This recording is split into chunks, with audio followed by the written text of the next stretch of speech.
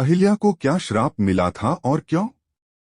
प्रातःकाल राम और लक्ष्मण ऋषि विश्वामित्र के साथ मिथिलापुरी के वन उपवन आदि देखने के लिए निकले। एक उपवन में उन्होंने एक निर्जन स्थान देखा।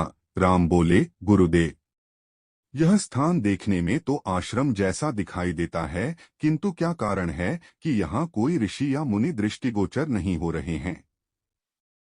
इस पर विश्वामित्र जी ने कहा, यह स्थान कभी महात्मा गौतम का आश्रम था।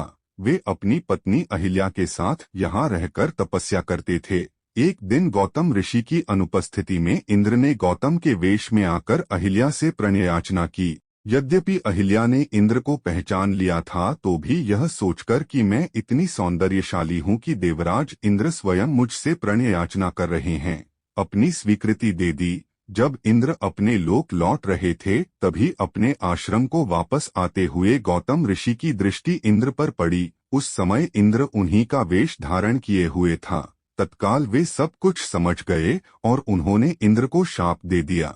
इसके बाद उन्होंने अपनी पत्नी को शाप दिया कि रे दुराचारिणी, तू हजारों वर्ष तक केवल हवा पीकर कष्ट उठाती हुई यहाँ राख में पड़ी रहे। जब राम इस वन में प्रवेश करेंगे तभी उनकी कृपा से तेरा उद्धार होगा।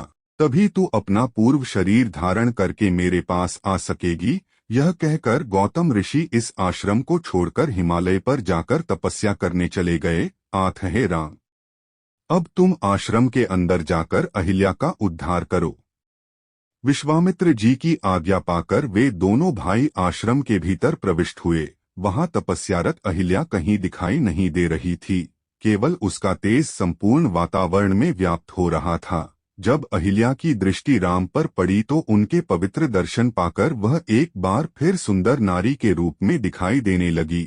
नारी रूप में अहिल्या को सम्मुख पाकर राम और लक्ष्मण ने श्रद्धापूर्वक उनके चरण स्पर्श किए। तत्पश्चात उससे उचित आदर सत्कार ग्रहण कर वे मुनिराज के साथ पुनः मिथिलापुरी को लौट आए।